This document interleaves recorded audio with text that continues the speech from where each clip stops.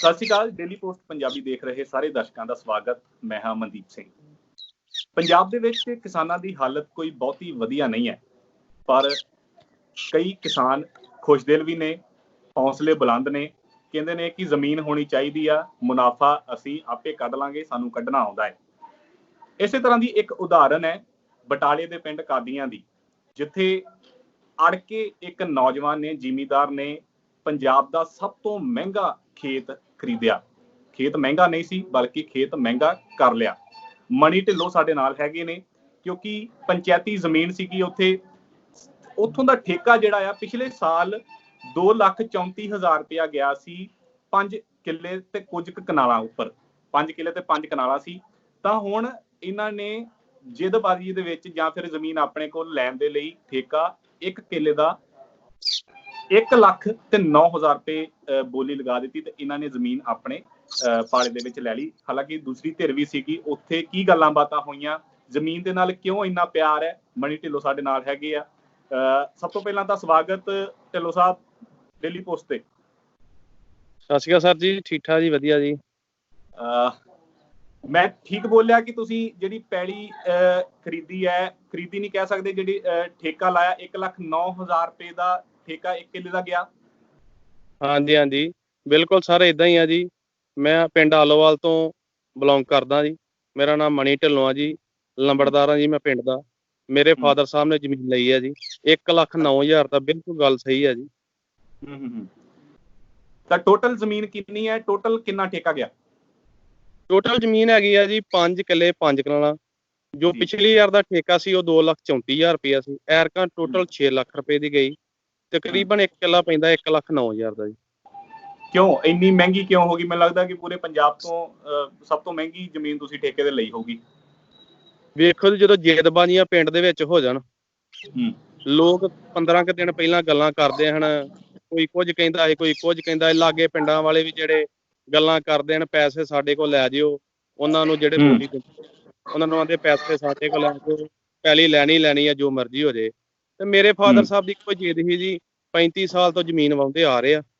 ਤੇ ਫਾਦਰ ਸਾਹਿਬ ਕਹਿੰਦੇ ਵੀ ਜ਼ਮੀਨ ਫੇਰ ਦੁਬਾਰਾ ਵਾਹੁਣੀ ਆ, ਜੋ ਮਰਜ਼ੀ ਹੋ ਜੇ। ਜ਼ਮੀਨ ਭਾਵੇਂ 9 ਲੱਖ ਤੱਕ ਵੀ ਚੱਲ ਜੇ ਜ਼ਮੀਨ, ਤੇ ਪਾਪਾ ਨਹੀਂ, ਉਹਨਾਂ ਦਿਲ ਕਰਦਾ ਸੀ ਵਾਹੁਣ, ਫਿਰ ਵਾਹੀ ਆ।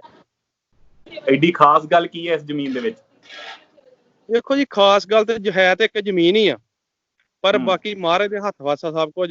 ਜਦੋਂ ਜਿੱਦਬਾਜ਼ੀ ਹੋ ਗਈ ਪਿੰਡ ਦੇ ਵਿੱਚ, ਠੀਕ ਹੈ ਜੀ, ਜਦੋਂ ਪਿੰਡ 'ਚ ਜਿੱਦਬਾਜ਼ੀ ਹੋਣੀ, ਫਿਰ ਤੁਹਾਨੂੰ ਪਤਾ ਕੁਝ ਵੀ ਹੋ ਸਕਦਾ। ਜਦੋਂ ਜੱਟ ਆਪਣੀ ਆਈ ਤੇ ਆ ਜਾਏ ਤਾਂ ਫਿਰ ਵੇਖੋ ਜੀ ਕੁਝ ਵੀ ਕਰ ਸਕਦਾ।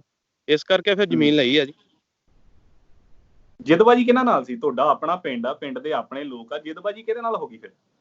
ਵੇਖੋ ਜੀ, ਜਦੋਂ ਰੋਟੀ ਕੋਈ ਚੰਗੀ ਖਾਂਦਾ ਹੋਏ ਨਾ ਅੱਜ ਕੱਲ, ਤੇ ਫਿਰ ਵੇਖੋ ਜੀ ਕਈ, ਤੁਹਾਨੂੰ ਪਤਾ ਪਿੰਡ 'ਚ ਹੋ ਜਾਂਦੀਆਂ ਵਿਚਾਰਾਂ। ਪਿੰਡ 'ਚ ਕਈ ਏਦਾਂ ਜਿੱਦਬਾਜ਼ੀਆਂ ਲੱਗ ਜਾਂਦੀਆਂ, ਕਈ ਨਹੀਂ ਵੇਖ ਸਿਖਾਉਂਦੇ ਰੋਟੀ ਖਾਂਦੇ ਨੂੰ। ਠੀਕ ਹੈ ਜੀ।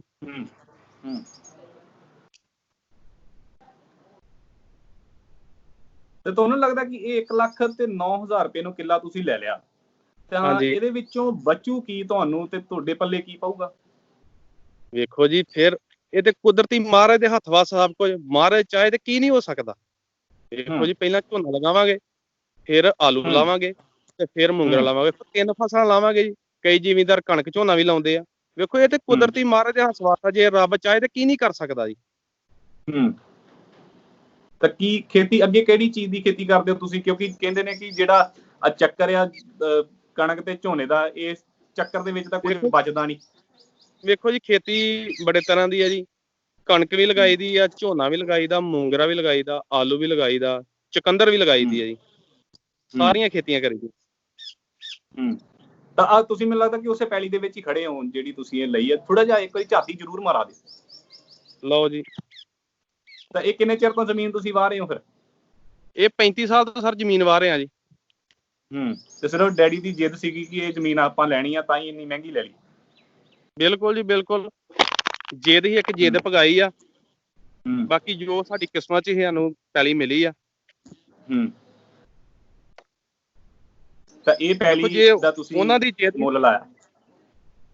ਹਾਂਜੀ, ਜੇ ਵੇਖੋ ਉਹਨਾਂ ਦੀ ਜਿੱਦ ਹੀ, ਤੇ ਉਹ 16-17 ਜਣੇ ਪੈਲੀ ਰਲ ਕੇ ਰੱਖਣਾ ਚਾਹੁੰਦੇ ਸੀ। ਕਨਾਲ ਮੰਨ ਲਓ ਜਿੰਨਾ ਵੀ, ਜਾਂ ਕਨਾਲ ਜਾਂ 2 ਕਨਾਲ 16-17 ਜਣੇ ਬੰਦੇ ਲੈਣਾ ਚਾਹੁੰਦੇ ਸੀ। ਤੇ ਜੇ ਉਹਨਾਂ ਵੀ ਜਿੱਦ ਪਗਾਉਣੀ ਤੇ ਫਿਰ ਉਹ ਵੀ ਪਗਾ ਲੈਂਦੇ, ਫਿਰ ਉਹਨਾਂ ਕੋਲ ਕਿਉਂ ਨਹੀਂ ਜਿੱਦ ਪਗਾਈ ਗਈ। ਚਲੋ ਅਸੀਂ ਤੁਹਾਡੇ ਇਸ ਨਿੱਜੀ ਝਗੜੇ 'ਚ ਨਹੀਂ ਪਵਾਂਗੇ, ਪਰ ਫਿਰ ਵੀ ਮੈਂ ਇਹ ਗੱਲ ਤੁਹਾਨੂੰ ਕਹਿਣਾ ਚਾਹੁੰਦਾ ਜਾਂ ਪੁੱਛਣਾ ਚਾਹੁੰਦਾ ਆ ਕਿ ਇੱਕ ਪਾਸੇ ਕਿਸਾਨ ਖੁਦਕੁਸ਼ੀਆਂ ਕਰ ਰਿਹਾ, ਦੂਜੇ ਪਾਸੇ ਤੁਸੀਂ ਏਡੇ ਹੌਸਲੇ ਬੁਲੰਦ ਜਿਹੜੇ ਕਰਕੇ ਬੈਠੇ ਆ ਕਿ ਅਸੀਂ ਇੰਨਾ ਠੇਕਾ ਵੀ ਦੇਣਾ ਸਾਲ ਦਾ ਤੇ ਉਹ 'ਚੋਂ ਪ੍ਰੋਫਿਟ ਵੀ ਕੱਢ ਲਾਂਗੇ, ਇਹ ਕਿਵੇਂ ਹੋ ਜਾਊਗਾ? ਦੂਜੇ ਕਿਸਾਨਾਂ ਨੂੰ ਨਸੀਹਤ ਦੇ ਦਿਓ ਥੋੜੀ ਜੀ। ਵੇਖੋ ਜੀ, ਜੱਟ ਤੇ ਖੁਦਕੁਸ਼ੀਆਂ ਕਰਦੇ ਨੇ, ਠੀਕ ਆ ਜੀ, ਸੁਣਿਆ ਖੁਦਕੁਸ਼ੀਆਂ ਕਰਦੇ ਨੇ। ਵੇਖੋ ਜੀ, ਬਾਕੀ ਇਹ ਆ ਵੀ ਜ਼ਿਮੀਂਦਾਰਾਂ ਦਾ ਪੈਸਾ ਬਲੌਕ ਹੋ ਜਾਂਦਾ, ਜਿਵੇਂ ਗੰਨੇ ਦੀ ਪੇਮੈਂਟ ਬਲੌਕ ਹੋਈ ਪਈ ਆ, ਪੇਮੈਂਟ ਆ ਜਾਣ, ਕੀ ਪਤਾ ਜੱਟ ਕਿੰਨਾ ਕੁ ਦੁਖੀ ਹੁੰਦਾ ਕਿਸੇ ਗੱਲੋਂ, ਫਿਰ ਹੀ ਖੁਦਕੁਸ਼ੀ ਕਰਦਾ ਜੀ। ਬਾਕੀ ਹਰ ਆਪਣੇ ਜੱਟ ਦੀ ਸੋਚ ਆ ਜੀ, ਕਿਸੇ ਨੇ ਕਿਸ ਤਰ੍ਹਾਂ ਤਰੀਕੇ ਨਾਲ ਚੱਲਣਾ, ਕਿਸੇ ਨੇ ਕਿਸ ਤਰੀਕੇ ਨਾਲ ਚੱਲਣਾ ਜੀ। ਹੁਣ ਕੁਝ ਲੋਕ ਇਹ ਵੀ ਸੋਚਦੇ ਹੋਣਗੇ ਕਿ ਇੱਕ ਜਿੱਦ ਨੇ ਜਿਹੜਾ ਆ, ਮੈਨੂੰ ਲੱਗਦਾ ਕਿ 3.5 ਲੱਖ ਰੁਪਇਆ ਵੱਧ ਲਵਾ ਦਿੱਤਾ, ਇਹੀ ਤੁਸੀਂ ਕਰੋਨਾ ਦੇ ਵਿੱਚ ਸੇਵਾ ਚਲਾ ਦਿੰਦੇ। ਵੇਖੋ ਜੀ, ਲੋਕ ਤੇ ਬਹੁਤ ਗੱਲਾਂ ਕਰਦੇ ਨੇ, ਜੇ ਮੰਨ ਲਓ ਉਹ ਲੋਕ ਲੈ ਜਾਂਦੇ ਪੈਲੀ, ਜੇ ਉਹ ਰੱਖ ਲੈਂਦੇ ਫਿਰ ਵੀ ਤਾਂ ਉਹਨਾਂ ਵੀ ਰੱਖਣਾ ਸੀ। ਵੇਖੋ ਲੋਕਾਂ ਦੀਆਂ ਕਿਹੜੀਆਂ ਗੱਲਾਂ, ਦਾਤਰੀ ਨੂੰ ਦੋਵੇਂ ਬੰਨੇ ਦਿੰਦੇ ਆ ਜੀ, ਸਿੱਧਾ ਵੀ ਤੇ ਪੁੱਠਾ ਵੀ, ਜਿੱਦਾਂ ਮੈਂ ਲੋਕਾਂ ਦੇ ਗੱਲਾਂ ਕਰਨੀਆਂ ਨੇ, ਠੀਕ ਹੈ। ਲੋਕ ਕਹਿੰਦੇ ਹੋਣਗੇ ਇਹਨਾਂ ਨੂੰ ਕੀ ਬਚੇਗਾ, ਦੇਖੋ ਪੈਸੇ ਅਸੀਂ ਖਰਚੇ ਆ, ਲੋਕਾਂ ਨੂੰ ਕਾਹਦਾ ਦੁੱਖ ਆ ਜੀ, ਠੀਕ ਹੈ ਜੀ। ਦੇਖੋ ਜਿੱਦ ਆਪਾਂ ਪਕਾਈ ਆ। ਪਿੰਡ ਦੀ ਲੰਬੜਦਾਰੀ ਤੁਹਾਡੇ ਕੋਲ ਆ, ਤੁਹਾਡਾ ਸਗੋਂ ਤੁਸੀਂ ਪਿੰਡ ਦੇ ਲੰਬੜਦਾਰ ਹੋ, ਤੁਹਾਡਾ ਸਗੋਂ ਮੋਹਰੀ ਹੱਕ ਇਹ ਬਣਦਾ ਸੀਗਾ ਕਿ ਲੋਕਾਂ ਦਾ ਸੋਚਣਾ। ਨਹੀਂ ਬਿਲਕੁਲ ਠੀਕ ਹੈ ਜੀ, ਲੰਬੜਦਾਰੀ ਮੇਰੇ ਕੋਲ ਆ। ਵੇਖੋ ਮੈਂ ਫਾਦਰ ਸਾਹਿਬ ਨੂੰ ਕਿਹਾ ਵੀ ਐਰਕਾਂ ਲੋਕਾਂ ਨੂੰ ਜ਼ਮੀਨ, ਜਿਹੜੇ ਲੋਕ ਗੱਲਾਂ ਕਰਦੇ ਉਹਨਾਂ ਨੂੰ ਆਪਾਂ ਵਾਹੁਣ ਦਈਏ, ਪਰ ਫਾਦਰ ਸਾਹਿਬ ਆਂਦੇ ਵੀ 35 ਸਾਲ ਹੋ ਗਏ ਆ ਜ਼ਮੀਨ ਵਾਹੁੰਦਿਆਂ ਨੂੰ, ਤੇ ਆਪਾਂ ਇੱਕ ਵਾਰੀ ਤੇ ਵਾਹੁਣੀ ਜੋ ਮਰਜ਼ੀ ਹੋ ਜੇ। ਆਮ ਤੌਰ ਤੇ ਪੰਚਾਇਤੀ ਜ਼ਮੀਨਾਂ ਦੇ ਰੇਟ, ਅਸੀਂ ਵੀ ਪਿੰਡਾਂ ਤੋਂ ਉੱਠੇ ਆ ਕਿ ਪੰਚਾਇਤੀ ਦੇ ਜਿਹੜੇ ਜ਼ਮੀਨਾਂ ਹੈਗੀਆਂ ਉਹਨਾਂ ਦੇ ਰੇਟ ਬਹੁਤ ਘੱਟ ਹੁੰਦੇ ਆ, ਤਾਂ ਇਹ ਤਾਂ ਤੁਸੀਂ ਇੱਕ ਪਿਰਤ ਪਾਰਟੀ ਕਿ 1,09,000 ਰੁਪਏ ਨੂੰ ਹੁਣ ਕਿੱਲਾ ਇਹ ਜਾਊਗਾ ਹੀ ਜਾਊਗਾ, ਇਸ ਤੋਂ ਵੱਧ ਹੋ ਜਾਊਗਾ, ਘੱਟ ਨਹੀਂ ਜਾਊਗਾ, ਤੁਸੀਂ ਹਰ ਸਾਲ ਇੰਨੇ ਤੇ ਲੈ ਲਓਗੇ? ਹਾਂਜੀ ਹਾਂ ਸਰ, ਵੇਖੋ ਜੀ ਉਹ ਸਰ ਇਹ ਬਾਕੀ ਤੇ ਮਹਾਰਾਜ ਤੇ ਡਿਪੈਂਡ ਕਰਦਾ, ਜੇ ਕਿਸਮਤ ਚ ਹੋਊਗੀ ਜੀ ਮਿਲ ਜੂਗੀ। 1,09,000 ਨੂੰ ਗਈ ਹੈ ਜੀ। ਵੇਖੋ ਜਿੱਦਬਾਜ਼ੀ ਅਗਲੇ ਕੀ ਪਤਾ ਕਿੰਨੇ ਕੁ ਚਿਰ ਦੇ ਉਹ ਕੋਸ਼ਿਸ਼ ਕਰਦੇ ਪਏ ਵੀ 42 ਥੱਲੋਂ ਕਢਾਉਣੀ ਆ, ਉਹਨਾਂ ਕੋਲ ਨਹੀਂ ਨਿਕਲੀ, ਉਹ ਅਗਲਾ ਟਾਈਮ ਆਏਗਾ ਫਿਰ ਦੇਖੋਗੇ ਜੀ। ਤਾਂ ਹੁਣ ਕਿਹੜੀ ਫਸਲ ਇੱਥੇ ਲਾਓਗੇ ਤੁਸੀਂ ਹੁਣ? ਪਹਿਲਾਂ ਵੇਖੋ ਜੀ, ਪਹਿਲਾਂ ਝੋਨਾ ਲਾਵਾਂਗੇ ਜੀ 1509। ਬਚਤ ਹੋ ਜੂਗੀ? ਦੇਖੋ ਮਹਾਰਾਜ ਚਾਹੇ ਤਾਂ ਕੀ ਨਹੀਂ ਹੋ ਸਕਦਾ ਜੀ, ਰੱਬ ਦੇ ਡੋਰੀਆਂ ਸੁੱਟੀਆਂ ਜੀ, ਰੱਬ ਚਾਹੇ ਤੇ ਕੁਝ ਵੀ ਕਰ ਸਕਦਾ ਜੀ। ਕਈ ਵਾਰੀ ਗੱਲਾਂ ਇਹ ਵੀ ਆਉਂਦੀਆਂ ਨੇ, ਕਹਿੰਦੇ ਕਿ ਜਦੋਂ ਇਹੋ ਜਿਹੀਆਂ ਜਿੱਦਾਂ ਆਉਂਦੀਆਂ ਨੇ ਜੱਟ 'ਚ ਜਾਂ ਫਿਰ ਕਿਸਾਨ 'ਚ, ਫੇਰ ਹੀ ਫਾਹਾ ਗੱਲ 'ਚ ਪਾਉਂਦੇ ਆ, ਕਿਉਂਕਿ ਮਹਿੰਗੇ ਵਿਆਹ, ਮਹਿੰਗੀਆਂ ਗੱਡੀਆਂ, ਮਹਿੰਗੇ ਸੰਦ, ਇਹ ਜ਼ਰੂਰੀ ਹੁੰਦੀਆਂ ਨੇ ਚੀਜ਼ਾਂ ਲੈਣੀਆਂ। ਵੇਖੋ ਜੀ, ਪੈਸਾ ਕਾਹਦੇ ਵਾਸਤੇ ਕਮਾਈ ਦਾ? ਜੇ ਪੈਸਾ ਕੋਲ ਹੀ ਰੱਖ ਛੜਿਆ ਤਾਂ ਕੀ ਫਾਇਦਾ ਉਹਦਾ? ਠੀਕ ਆ, ਜਿਹੜੀ ਆਪਣੇ ਦਿਲ ਨੂੰ ਚੰਗੀ ਚੀਜ਼ ਲੱਗੀ ਉਹ ਕਰਨੀ ਚਾਹੀਦੀ ਹੈ ਜੀ, ਬਿਲਕੁਲ। ਤੇ ਕਿਸਾਨੀ ਲੱਗਦਾ ਤੁਹਾਨੂੰ ਲਾਹੇਵੰਦ ਧੰਦਾ ਹੈਗਾ ਇਸ ਟਾਈਮ ਦੇ ਵਿੱਚ? ਦੇਖੋ ਜੀ ਹੈਗਾ, ਬਿਲਕੁਲ ਜੀ। ਕਿਵੇਂ? ਵੇਖੋ ਇਹ ਤੇ ਡਿਪੈਂਡ ਕਰਦਾ ਆਪਣੇ ਤੇ, ਠੀਕ ਆ ਜੀ। ਖੁਸ਼ੀਆਂ ਤਾਂ ਲੋਕ ਕਰਦੇ ਨੇ, ਪਤਾ ਅਖਬਾਰਾਂ 'ਚ ਕਈ ਵਾਰ ਕੁਝ ਆਉਂਦਾ ਹੈ, ਪਰ ਆਪਾਂ ਸਹੀ ਤਰੀਕੇ ਨਾਲ ਸਾਰਾ ਕੰਮ ਕਰੀਏ ਤੇ ਸਫਲਤਾ ਪੈ ਸਕਦੀ ਹੈ ਜੀ। ਕਿਤੇ ਤੁਹਾਡੇ ਫਾਦਰ ਸਾਹਿਬ ਨੇ ਇਹ ਨਹੀਂ ਆਖਿਆ ਕਿ ਜਿਹੜਾ 2.5-3 ਲੱਖ ਰੁਪਇਆ ਆਪਾਂ ਇਸ ਪੈੜੀ ਦੇ ਉੱਤੇ ਲਾਉਣਾ, ਇਹੀ ਆਪਾਂ ਕਿਸੇ ਦੀ ਸੇਵਾ 'ਚ ਜਾਂ ਕਿਸੇ ਦਾਨੀ ਨੂੰ ਦਾਨ ਦੇ ਦਈਏ ਜਾਂ ਕਿਸੇ ਦਾ ਵਿਆਹ ਕਰ ਦਈਏ, ਕਿਉਂਕਿ ਇਸ ਵੇਲੇ ਕਰੋਨਾ ਵਾਇਰਸ ਦਾ ਪ੍ਰਕੋਪ ਆ ਪੂਰੀ ਦੁਨੀਆ ਉੱਤੇ, ਕਿਤੇ ਸੇਵਾ ਹੀ ਕਰ ਦਈਏ ਥੋੜੀ ਬਹੁਤੀ? ਵੇਖੋ ਜੀ, ਵਿਆਹ ਤੇ ਬਿਲਕੁਲ ਬੰਦ ਹੋਏ ਨੇ ਕਰੋਨਾ ਵਾਇਰਸ ਕਰਕੇ, ਤੇ ਜਿਹੜੀ ਸੇਵਾ ਜਿੰਨੇ ਜੋਗੇ ਹੈਗੇ ਜੀ ਕੀਤੀ ਆ ਜੀ। ਤੇ ਪਿੰਡ ਦੇ ਵਿੱਚ ਵੈਰ ਵੀ ਤੁਹਾਡਾ ਫਿਰ ਇਸ ਕਰਕੇ ਵੱਧ ਗਿਆ ਹੋਊਗਾ ਕਿ ਨਹੀਂ? ਵੇਖੋ ਪਿੰਡਾਂ 'ਚ ਅੱਜ ਕੱਲ੍ਹ ਤੁਹਾਨੂੰ ਪਤਾ ਚੱਲਦਾ ਰਹਿੰਦਾ ਜੀ, ਸਾਰਿਆਂ ਪਿੰਡਾਂ 'ਚ ਇਹੀ ਬਸ ਏਦਾਂ ਤਕਰੀਬਨ ਚੱਲਦਾ ਰਹਿੰਦਾ, ਕੋਈ ਗੱਲ ਨਹੀਂ ਜੀ। ਪਰ ਫਿਰ ਵੀ ਅਸੀਂ ਤੁਹਾਨੂੰ ਇਹੀ ਡੇਲੀ ਪੋਸਟ ਦੇ ਵੱਲੋਂ ਅਪੀਲ ਕਰਦੇ ਹਾਂ ਕਿ ਰਲ ਮਿਲ ਕੇ ਰਹੋ, ਕਿਉਂਕਿ ਪਿੰਡਾਂ ਦੇ ਵਿੱਚ ਜਿਹੜੀਆਂ ਧੜੇਬਾਜ਼ੀਆਂ ਨੇ ਉਹੀ ਪਿੰਡਾਂ ਨੂੰ ਤੇ ਪਿੰਡਾਂ ਦੇ ਲੋਕਾਂ ਨੂੰ ਪਛਾਣ ਸਿੱਟ ਰਹੀਆਂ ਨੇ। ਇਸ ਚੀਜ਼ ਦੇ ਉੱਪਰ ਤੁਸੀਂ ਵੀ ਸੋਚੋ ਤੇ ਜਿਹੜੇ ਦੂਸਰੀ ਤੇ ਰਲੇ ਉਹ ਵੀ ਸੋਚਣ। ਠੀਕ ਹੈ ਜੀ, ਧੰਨਵਾਦ ਗੱਲਬਾਤ ਦੀ। ਠੀਕ ਹੈ ਜੀ, ਠੀਕ ਹੈ ਜੀ ਜੀ, ਤੁਸੀਂ ਬੋਲ ਰਹੇ ਸੀ ਕੁਝ? ਕੋਈ ਗੱਲ? ਹਾਂਜੀ ਹਾਂਜੀ ਸਰ, ਗੱਲ ਇਹ ਆ ਵੀ ਜਦੋਂ ਜਿੱਦਬਾਜ਼ੀ ਹੋ ਜਾਏ ਨਾ, ਜਿੱਦਬਾਜ਼ੀ ਵਿੱਚ ਫਿਰ ਤੁਹਾਨੂੰ ਪਤਾ ਵੀ ਕੁਝ ਵੀ ਹੋ ਸਕਦਾ, ਠੀਕ ਹੈ ਜੀ। ਵੇਖੋ ਇਹ ਤੇ 6 ਲੱਖ ਦੀ ਬੋਲੀ ਗਈ ਹੈ, 9 ਲੱਖ ਦੀ ਵੀ ਜਾ ਸਕਦੀ, 9 ਲੱਖ ਤੱਕ ਅਸੀਂ ਪੱਕਾ ਲੈਣੀ ਸੀ ਜੀ ਪਹਿਲੀ।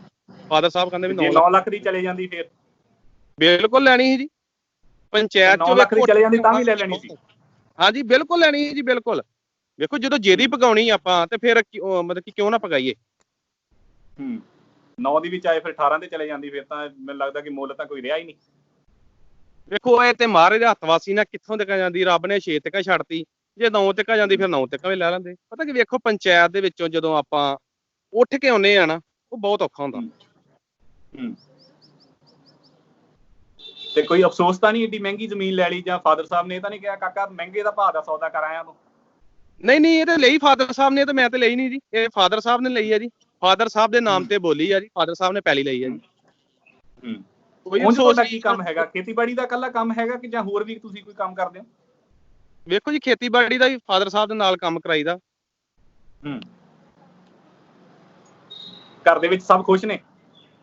ਬਿਲਕੁਲ ਜੀ, ਸਾਰੇ ਖੁਸ਼ ਨੇ। ਇੱਕ ਬ੍ਰਦਰ ਮੇਰਾ ਆਸਟ੍ਰੇਲੀਆ ਜੀ, ਉਹ ਵੀ ਬਹੁਤ ਖੁਸ਼ ਹੈ ਜੀ। 2 ਹੀ ਬ੍ਰਦਰ ਆਪਾਂ।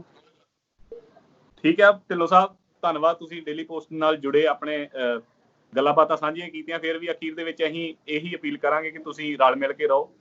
ਪਿੰਡ ਦਾ ਇੱਕ ਸਾਂਝਾ ਕੰਮ ਹੁੰਦਾ, ਉਹਨੂੰ ਵੀ ਤੁਸੀਂ ਜਿਹੜਾ ਜ਼ਰੂਰ ਨੇਪਰੇ ਚਲੋ। ਪਰ ਠੀਕ ਹੈ, ਤੁਹਾਡਾ ਦਿਲ ਸੀਗਾ ਇਸ ਪੈੜੀ ਦੇ ਉੱਤੇ, ਤਾਂ ਉਹ ਤੁਸੀਂ ਆਪਣਾ ਜਿੱਦ ਵੀ ਕਹਿ ਸਕਦੇ ਹਾਂ, ਦਿਲ ਵੀ ਕਹਿ ਸਕਦੇ ਹਾਂ ਕਿ ਤੁਹਾਨੂੰ ਪਿਆਰ ਸੀਗਾ, ਇਸ ਕਰਕੇ ਤੁਸੀਂ ਉਹ ਪਗਾਇਆ। ਫਿਲਹਾਲ ਧੰਨਵਾਦ।